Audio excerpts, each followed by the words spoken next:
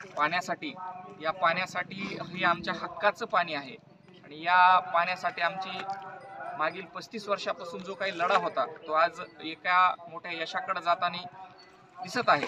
कारण आम्ही या तळ्याच्या लाभ क्षेत्रातले शेतकरी असून देखील आम्ही या पाण्यापासून वंचित होतो।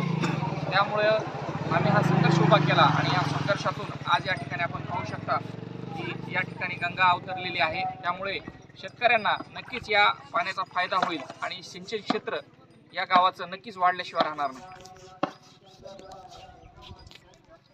शेतकऱ्यासाठी भोगलवाडी तलावातून पाणी आणण्यासाठी कसा संघर्ष केला त्याबद्दल 2 मिनिटं।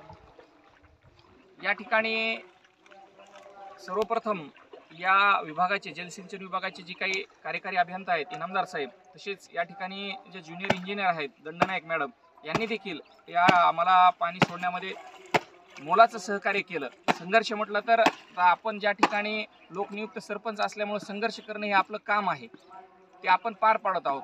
कारण गावासाठी मागील 30 वर्षापासून पाणी असून म्हणजे तळ उशाला आणि घरड तळ उशाला आणि घरड कोरड घशाला अशी परिस्थिती या ठिकाणी समस्त शेतकऱ्यांची होती।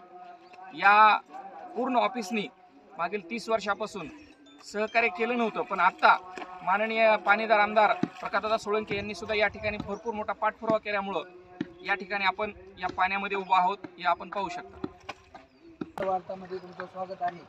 कारी गावामध्ये भोगलवाडी तलावातून पाणी सोडल्यामुळं तुम्हाला काय वाटतं? आमचं 2 पिढ्या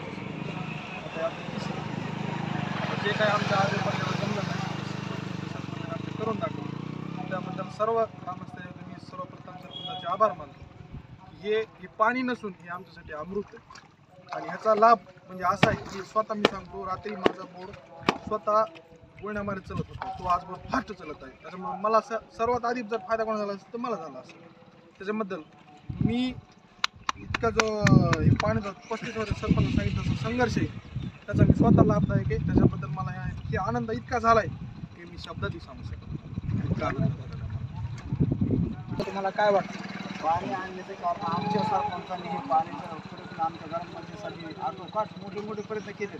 आज 25-30 वर्षापासून तळ उशाला असून आम्हाला पाणी भेटलेलं नाही। आम्ही खूप प्रयत्न केले पण आम्हाला काही वेळेस आलेलं नाही। आता ह्या पाण्यामुळे आमचा पूर्ण उन्हाळा अगदी आनंदात जाणार आहे। अगदी आमचं गाव अगदी आनंद शांतपणे आता पाण्यासाठी तरसणार नाही, काही नाही। एवढा मोठेपणा झाला, सरपंचाचं कौतुक करावं तेवढं कमीच वाटतं आता आम्हाला। कारण आम्ही काही बेकार कामासाठी काही करू वगैरे नसतो। सरपंच काम असं मोठं चांगलं भारी काम असतं, जनता कशी जगायची हे त्याची उपेक्षा असते आहे। म्हणून ते सरपंच आम्ही आता खुश आहे आणि पाणी सुटले आमच्या गावात एक आनंद निर्माण झाला आहे। पाण्याविषयी